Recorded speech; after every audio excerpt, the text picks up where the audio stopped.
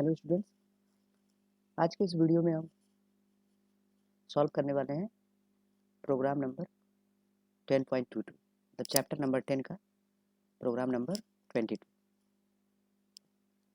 इस प्रोग्राम में दिया हुआ है write a program to print a series 1, 4, 7, 10 up to 12 terms.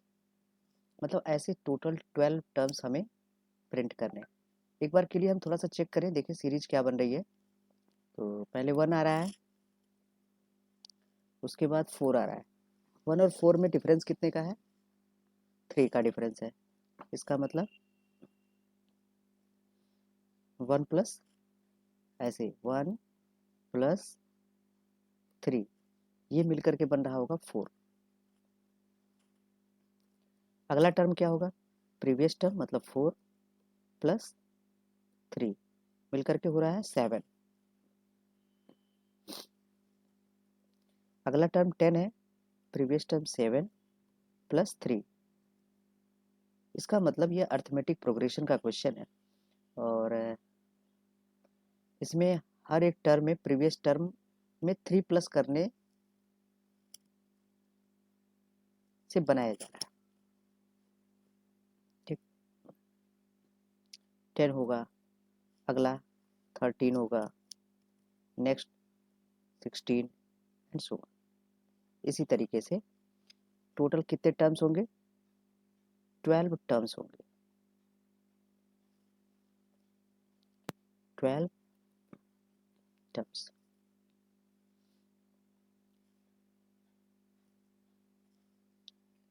देखते हैं कैसे बनाया है इन्होंने। तो इन्होंने जो प्रोग्राम बनाया हुआ है, इस प्रोग्राम में इन्होंने किया क्या है? एक क्लास बनाया हुआ है और एक सीरीज के नाम से मेथड बनाया हुआ है। इस मेथड में एक आई के नाम से वेरिएबल लिया हुआ है और एक टर्म के नाम से वेरिएबल लिया हुआ। टर्म इसलिए ताकि ये first term, second term, third term, इस तरीके से टर्म की काउंटिंग की जा सके, कितने नंबर ऑफ टर्म्स हमने प्रिंट कर लिया।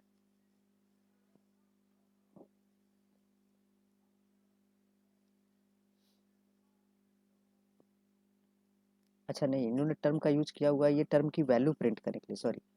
और आई का यूज किया हुआ कितने नंबर ऑफ टर्म्स इन्होंने प्रिंट कर रखे।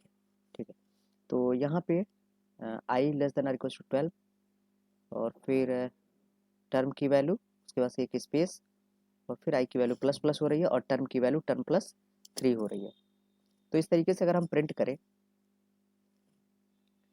अब तो समझ में आ रहा होगा कि हम इसे कैसे कंपाइल करेंगे, सॉरी कैसे रन कराएंगे, हैंड रन कैसे कराएंगे।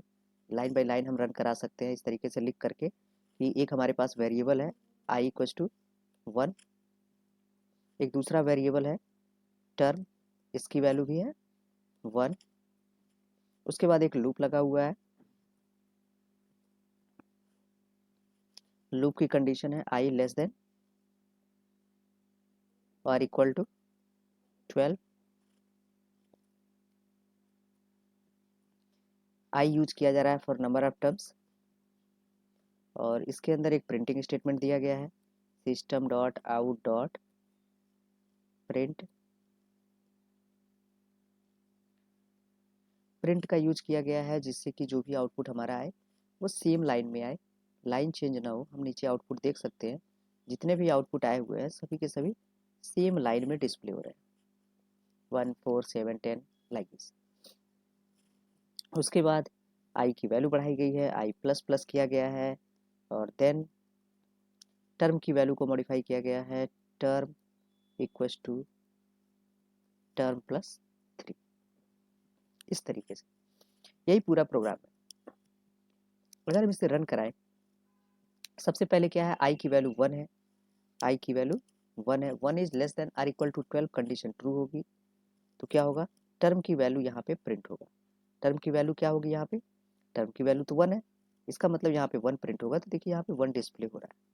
उसके बाद से एक सिंगल स्पेस भी इसके बीच में दिया गया है, 1 और 4 के बीच में एक स्पेस भी है। फिर आई की वैल्यू प्लस प्लस हो रही है, आई की वैल्यू चेंज हो गई तो आई की वैल्यू मॉडिफाई होकर के कितनी हो गई, 2। इसके बाद टर्म की वैल्यू के साथ क्या हुआ, टर्म प्लस 3। टर्म की जो प्रीवियस वैल्यू थी कितनी थी, 1 थी, 1 + 3 मिलकर के कितना हो गया 4। अभी टर्म की वैल्यू कितनी हो गई 4, यानी टर्म की जो वैल्यू है वो चेंज हो गई। टर्म की वैल्यू कितनी हो गई चेंज होकर के 4 हो गई। अब अगली बार फिर से इसमें हमें फिर से कोड वही बन जाएगा, टर्म +3। ठीक है, वापस से जब कंट्रोल जाएगा तो आई की वैल्यू बढ़ेगी, आई की वैल्यू बढ़ करके 2 होगी।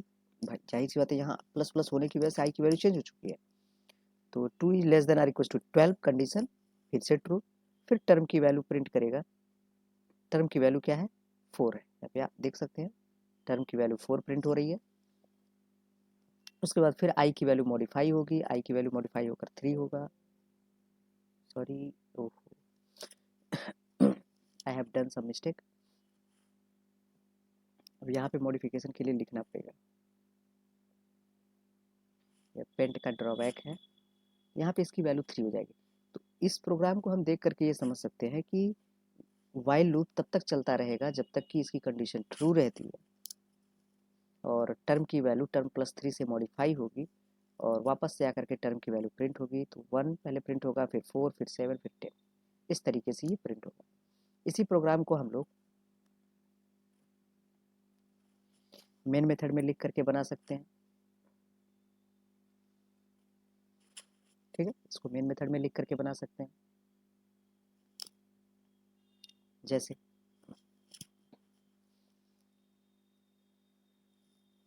इंपोर्ट की ज़रूरत नहीं है, क्यों? क्योंकि इन्होंने स्पष्ट कर दिया कि 12 टर्म्स तक हमें प्रिंट करना है। तो केवल क्लास की ज़रूरत है, पब्लिक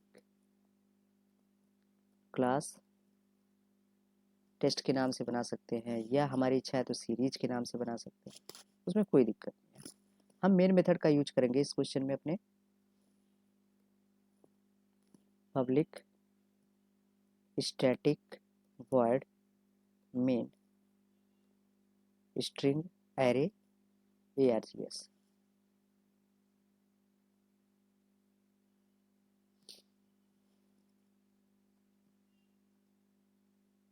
इसके बाद हमें 2 वेरिएबल्स की ज़रूरत है, जैसा कि इन्होंने लिया हुआ है।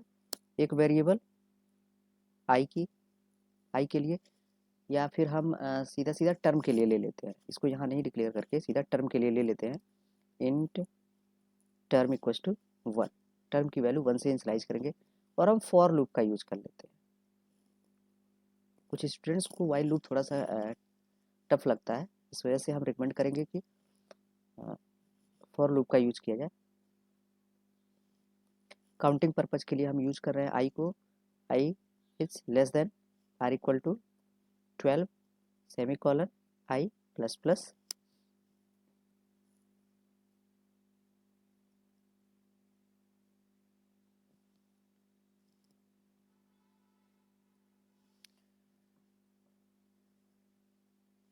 पहले टर्म की वैल्यू प्रिंट करेंगे क्योंकि 1 से स्टार्ट हो रहा है प्रिंटिंग, तो डॉट प्रिंट का यूज करेंगे और टर्म की वैल्यू पहले प्रिंट करेंगे यहाँ पे, टर्म की वैल्यू, देन इसके साथ एक स्पेस भी लगा लेंगे। इसके बाद हमें क्या करना है, अब आई की वैल्यू जो है वो तो हमारा अपडेट हो रहा है, यहाँ लूप के साथ अपडेट हो रहा है, तो हम उसे कुछ नहीं करेंगे, हम सिर्फ सीधा टर्म की वैल्यू को चेंज करेंगे। टर्म इक्वल्स टू टर्म +3 हो गया, बन गया प्रोग्राम। इसमें कुछ करना नहीं है, ये बेहद आसान प्रोग्राम है, बस थोड़ा सा ध्यान देने की ज़रूरत है, ये आसानी से हो जाएगा। अब ये लूप चलता रहेगा 1 से लेकर के 12 तक, मतलब 12 टाइम्स चलेगा और यह 12 टाइम्स प्रिंट करेगा और ये 12 टाइम्स इंक्रीमेंट होगा।